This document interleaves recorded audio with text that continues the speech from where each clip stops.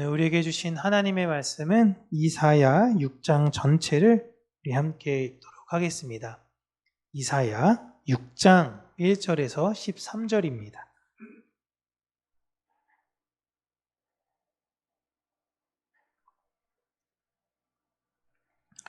함께 읽습니다.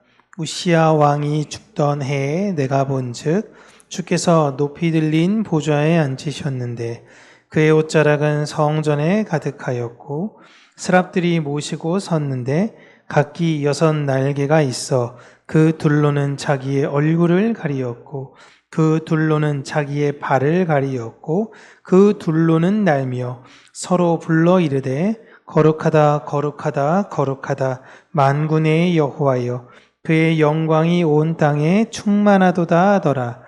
이같이 화답하는 자의 소리로 말미암아 문지방의 터가 요동하며 성전의 연기가 충만한지라. 그때 내가 말하되 화로다 나여 망하게 되었도다. 나는 입술이 부정한 사람이요 나는 입술이 부정한 백성 중에 거주하면서 만군의 여호와이신 왕을 베었음이로다 하였더라. 그때 그 스랍 중에 하나가 부젓가락으로 제단에서 집은 바 빈 숯을 손에 가지고 내게로 날아와서 그것을 내 입술에 대며 이르되 보라 이것이 내 입에 닿았으니 내 악이 제하여졌고 내 죄가 사하여졌느니라 하더라. 내가 또 주의 목소리를 들으니 주께서 이르시되 내가 누구를 보내며 누가 우리를 위하여 갈꼬 하시니 그때 내가 이르되 내가 여기 있나이다. 나를 보내소서 하였더니 여호와께서 이르시되 가서 이 백성에게 이르기를 너희가 듣기는 들어도 깨닫지 못할 것이요 보기는 보아도 알지 못하리라 하여 이 백성의 마음을 둔하게 하며 그들의 귀가 막히고 그들의 눈이 감기게 하라. 염려하건대 그들이 눈으로 보고 귀로 듣고 마음으로 깨닫고 다시 돌아와 고침을 받을까 하노라 하시기로 내가 이르되 주여 어느 때까지니까 하였더니 주께서 대답하시되 성읍들은 황폐하여 주민이 없으며 가옥들에는 사람이 없고 이 토지는 황폐하게 되며 여호와께서 사람들을 멀리 옮기셔서 이 땅 가운데는 황폐한 곳이 많을 때까지니라. 그 중에 10분의 1이 아직 남아있을지라도 이것도 황폐하게 될 것이나 밤나무와 상수리나무가 배임을 당하여도 그 그루터기는 남아있는 것 같이 거룩한 씨가 이 땅의 그루터기니라 하시더라. 아멘.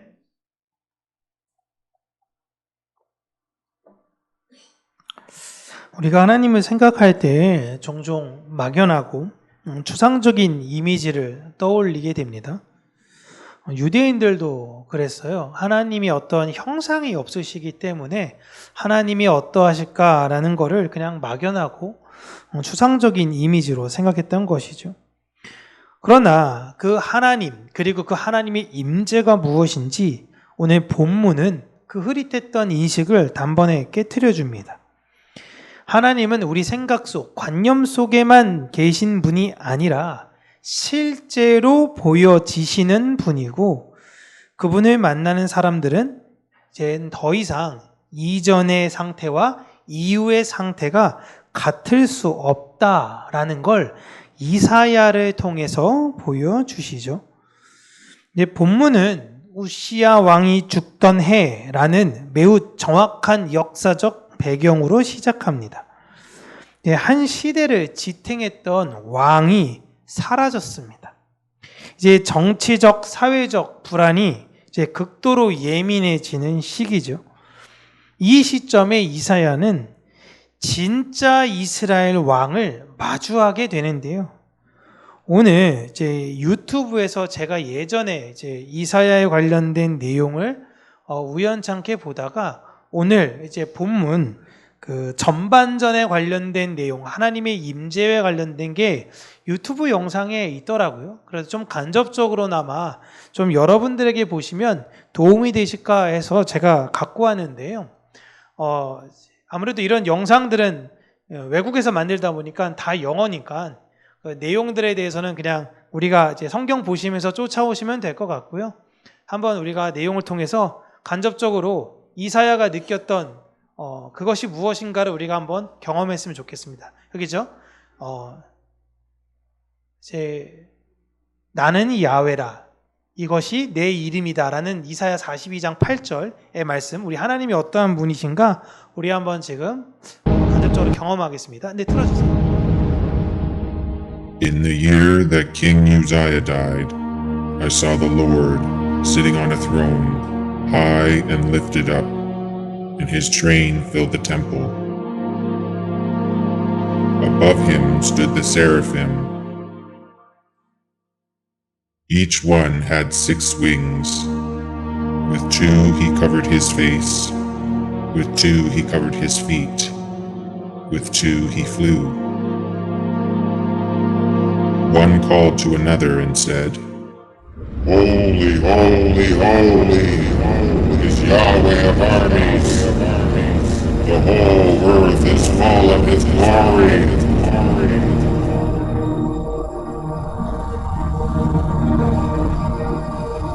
The foundations of the threshold shook at the voice of him who called, and the house was filled with smoke.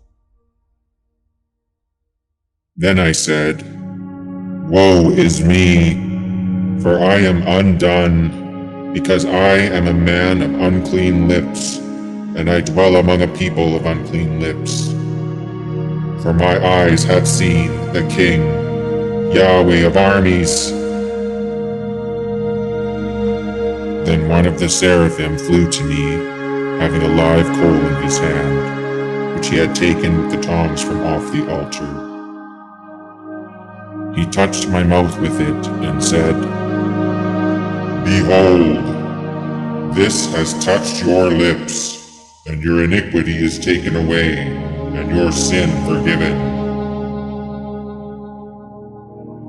I heard the Lord's voice saying, Whom shall I send, and who will go for us? Then I said, Here I am, send me.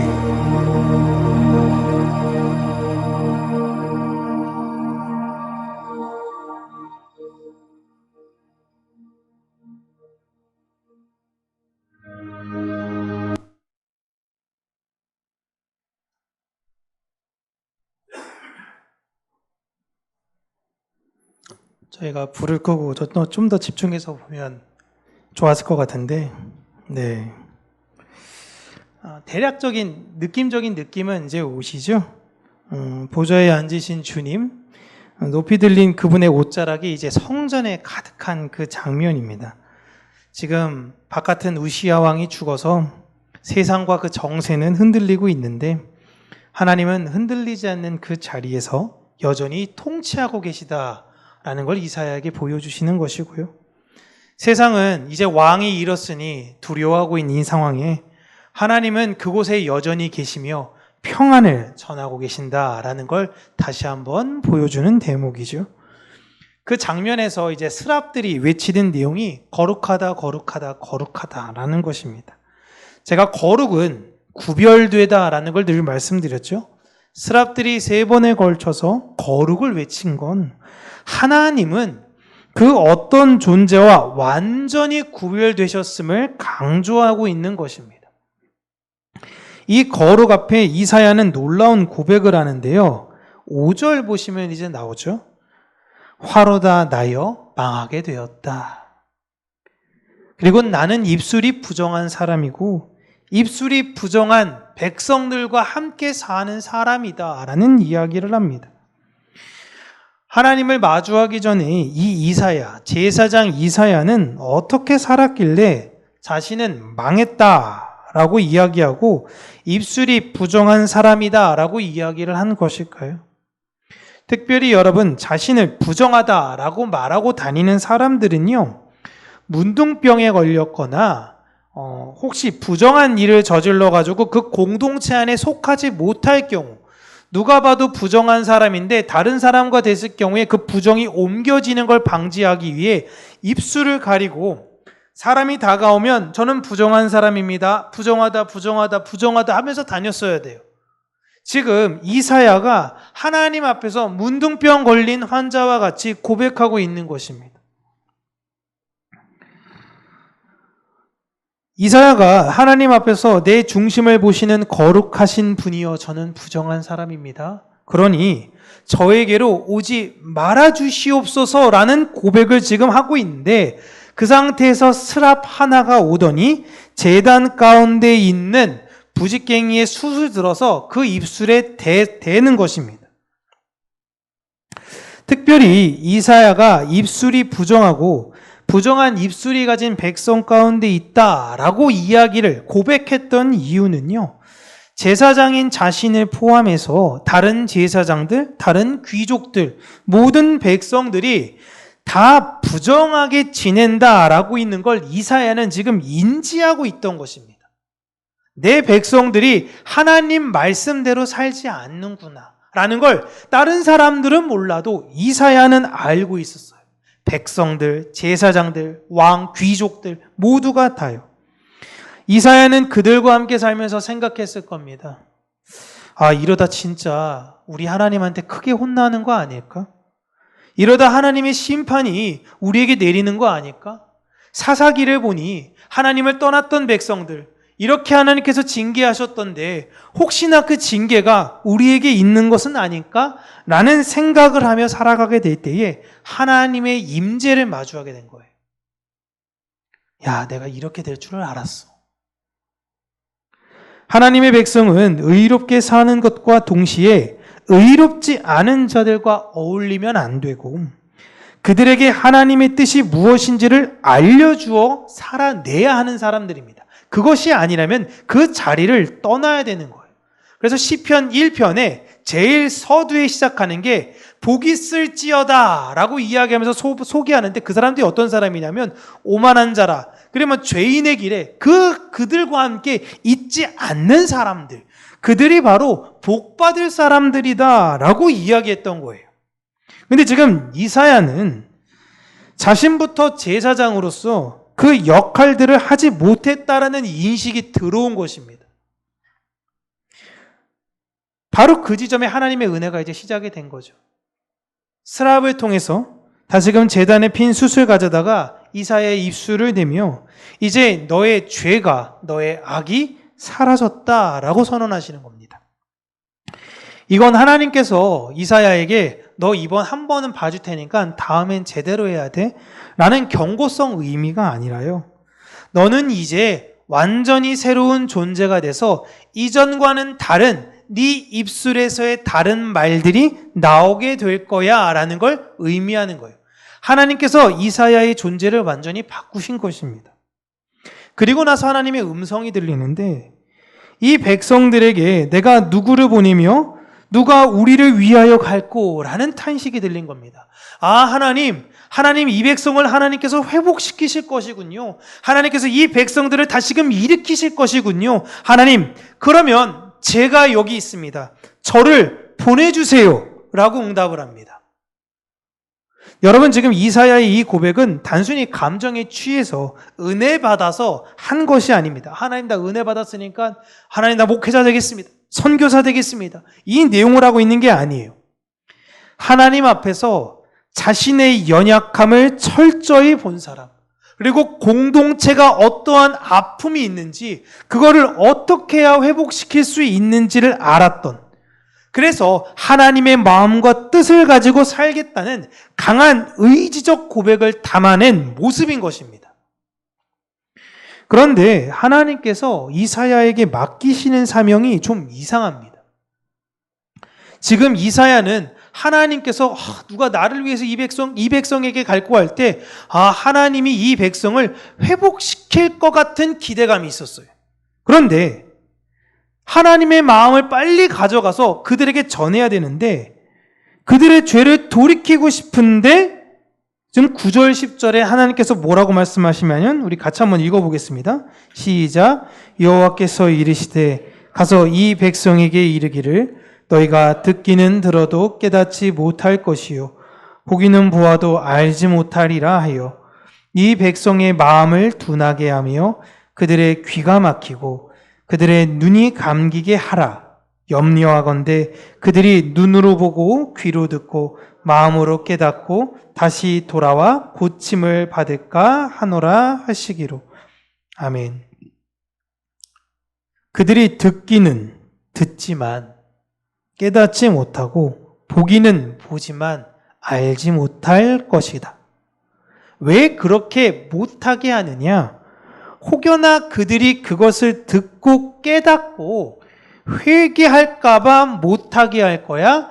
너가 그 사역을 해야 돼. 라는 거예요. 너무 충격적인 거 아닙니까? 우리 사랑의 하나님이 사랑으로 자신의 백성들을 회복시킬 줄 알았는데 그들의 눈을 멀어버리게 하고 그들의 귀를 닫히게 하라 라는 것입니다. 그래서 이사야가 한번 하나님께도 물어보죠. 그럼 하나님 언제까지 그렇게 해야 됩니까? 그러자 하나님께 답변이 너무 충격적입니다. 다 망할 때까지. 네가 해야 하는 사역은 하나님의 백성들, 그 안타까움을 가지고 하나님의 백성들이 무너지는 것을 지켜보고 그들이 하나님을 떠나 패역한 자로서 하나님의 말씀을 떠나면 어떻게 되는지를 기록하는 증인이 되어야 한다라는 것입니다. 너무 슬픈 사역을 지금 이사야에게 맡기셨어요. 신학대학원에 갔을 때 많은 사역자분들에게 물어보면 어떤 사역을 하고 싶으십니까? 할 때 이런 사역하고 싶습니다 라는 사람 단 한 사람도 못 봤습니다. 저 또한 마찬가지였고요.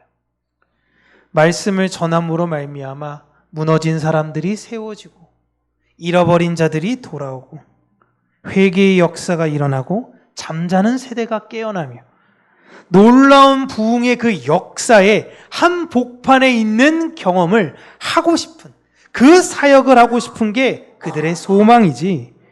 너의 세대가 무너지고 그 다음 세대마저 절망적이며 완전히 망할 때까지 네가 외치고 떠들어도 그들은 네 말을 듣지 않을 것이다. 너무 슬픈 사역을 지금 하나님께서 이사야에게 하라고 하시는 겁니다. 그러나 하나님께서는 이사야에게 완전 절망이 아니라 그루터기를 남기신다라는 소망을 말씀하시죠. 지금 이스라엘이라는 숲이 너무 다 병들어서 어떤 나무는 고치고 어떤 나무는 살리고 이렇게 할 수가 없어. 이 산 전체가 다 병들어가지고 그냥 이 모든 나무를 다 베어버려야 돼. 그러나 그 안에 다시 생명이 시작될 수 있는 흔적을 남겨두겠다라는 약속을 하나님께서는 하십니다. 이사야는 그때가 언제인지 몰라요. 언제 우리가 망할지도 몰라요. 망하면 언제 어떻게 회복할지도 몰라요. 실제로 이 말씀대로 이루어졌습니다. 이사야가 한참 지나고 난 이후에 그 다음에 남유다가 다 망해서 포로로 끌려가고 70년의 시간이 또 있는 다음에 돌아왔고 이사야는 아무것도 보지 못했습니다. 그러나 평생을 그 고통 가운데에 하나님의 말씀을 하나님의 백성들에게 피토하는 심정으로 전할 수밖에 없었어요. 근데 사람들이 제대로 듣나요? 듣는 것 같은 사람도 있는 것 같아요. 근데 대다수가 이사야의 말을 너무 가볍게 여기는 것입니다.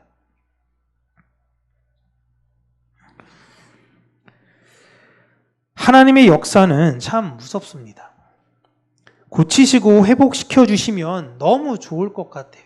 잘못했다라고 하면 우리 죄를 기억하지 않으신다면서요. 그러면 내가 잘못했다고 하나님한테 엎드릴 때 하나님이 나를 받아주시면 너무 좋을 것 같은데 하나님은 그렇게 하시지 않으시겠다라는 이야기를 합니다. 신약 성경에도 여러분 이런 비유가 있죠. 하나님이 5달란트, 2달란트, 1달란트를 주십니다. 한 달란트를 주셨는데 그 1달란트를 주신 의미를 이해하지 못하면요, 그 달란트를 빼앗겨 버립니다. 그리고 그것을 하나님 사명을 가진 자들에게 보게 하시는 거예요. 달란트를 계속 빼앗기는 그런 장면을. 5달란트, 2달란트 갖고 있는 그 맡겨진 사람들이 계속 말하지 않았겠습니까? 1달란트인 사람에게. 그렇게 하면 안 돼. 그거는 주인의 뜻이 아니야. 그러니까 주인의 뜻은 이거야. 이렇게 하자. 얘기 안 했겠습니까? 안 들어요. 안 들어. 아니야. 그렇게 하는 거 아니야. 싫어. 귀찮아. 안 해. 그냥 묻어두는 겁니다. 자신의 방법이 맞다고 확신하며 사는 것입니다. 결국은 쫓겨나게 되는 거죠. 이걸 5달란트, 2달란트 가진 사람들에게 하나님께서 보여주시는 거예요. 하나님은 그러한 상황, 지금 이런 상황을 보여주심으로 우리가 어떻게 살아야 하는지를 한 번 더 생각하게 하십니다. 지금도 여러분 수많은 이사야와 같은 사역자들, 이들이 곳곳에서 하나님의 뜻을 외칩니다. 진짜 이름도 없이 빛도 없이 알려지지도 않고 무명에 가까운 그런 분들이 하나님의 뜻을 곳곳에서 외쳐요. 근데 아무리 경고하고요, 아무리 외쳐도요, 듣지 못하고 보지 못하게 하시는 거예요. 제가 지금 저희 교회에서도 그렇지만 어디 나가서 무슨 이야기할 때에 규모 있는 교회 목사님들이 가장 많이 하는 얘기가 뭔지 아십니까? 일단 교회 부흥시켜 와서 얘기해요. 교회 부흥부터 시키고 나면 내가 한번 들어볼게, 네 얘기. 근데 네 말이 무슨 능력이나, 물론 제 말이 대단하다는 게 아니라 네 말이 설득력이 있으려면 사람이 일단 네 말을 듣고 모여야 되잖아. 어느 정도 규모가 돼. 한 1000명만 만들어서 와봐. 너 서로 모셔가. 서로 데려가. 네 말 서로 들으려 그래. 그래서 한테 제가 기도했습니다. 하나님, 억울합니다. 부흥시켜주세요. 너무 억울해서 못 살겠어요. 이렇게. 안 되겠어. 하나님 어떡합니까? 이렇게 진짜 부끄러운 기도를 했어요. 지금도 그런 말 들을 때마다 이렇게 울컥 올라올 때가 있긴 한데 그냥 말을 안 섞습니다. 하나님께서는 여러분 이사야를 통해서 너무 가슴 아픈 거, 이사야 이후엔 이거 동일한 사역을 받은 사람이 예레미야 아닙니까?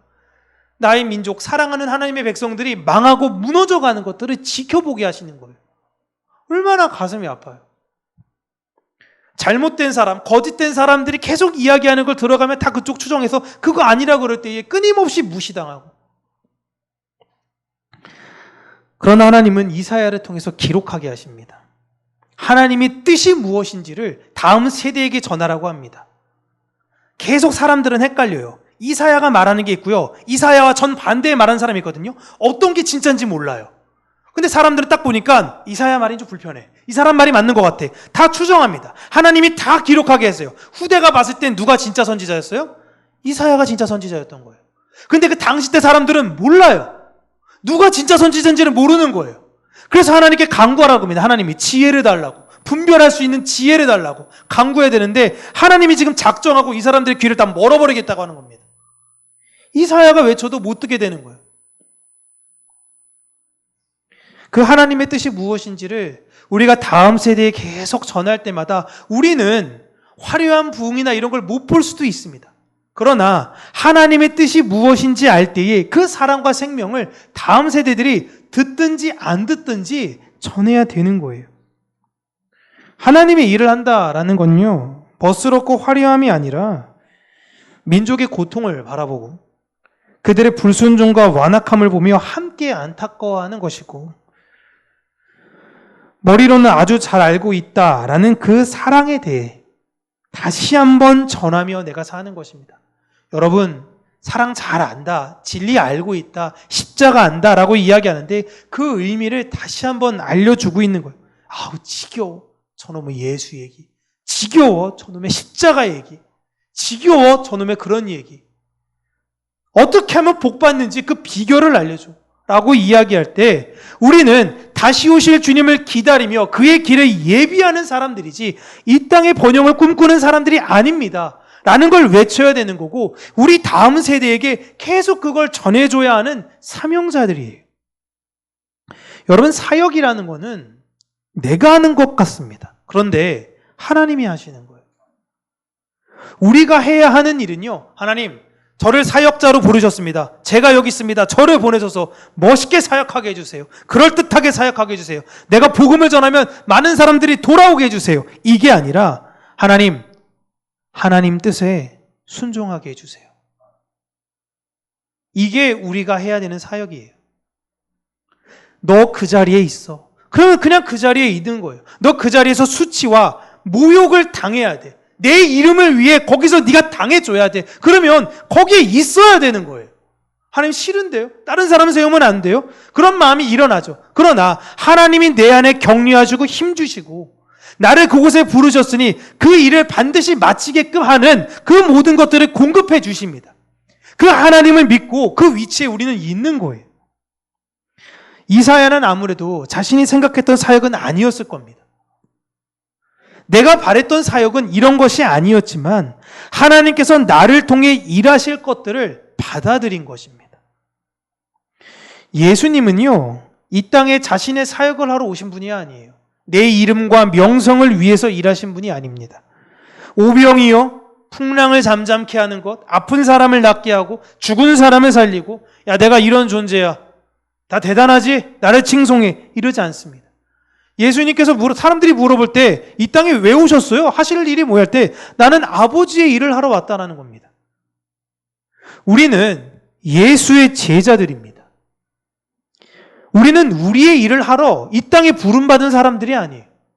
우리는 철저하게 예수님이 하신 그 일을 하는 자들이다라는 걸 기억해야 되는 것입니다. 그 순종의 자리 가운데 내려가야 되는 거예요. 우리의 상황이 때로는 굉장히 절망스러운 상황이 생길 수 있습니다. 그럼에도 불구하고 여러분, 하나님은 일하십니다. 그리고 하나님은 그 생명을 다음 세대에게 전하시는데, 저는 하나님이 이사야를 부르심과 같이 지금 이곳에서 하나님의 은혜를 구하는 우리 성도님들에게 그 생명을 다음 세대에게 전하는 그 사명을 잘 마치시기를 바랍니다. 오늘도 우리가 해야 되는 일은 이 하나, 굳건하고 담대하게 그 십자가의 생명을 증거하는 것. 이게 하나님께서 나에게 맡기신 일이라는 걸 잊지 마시고 오늘도 생명으로, 사랑으로 사는 저와 여러분들 되시기를 주님의 이름으로 축복합니다. 기도하겠습니다. 참 좋으신 하나님,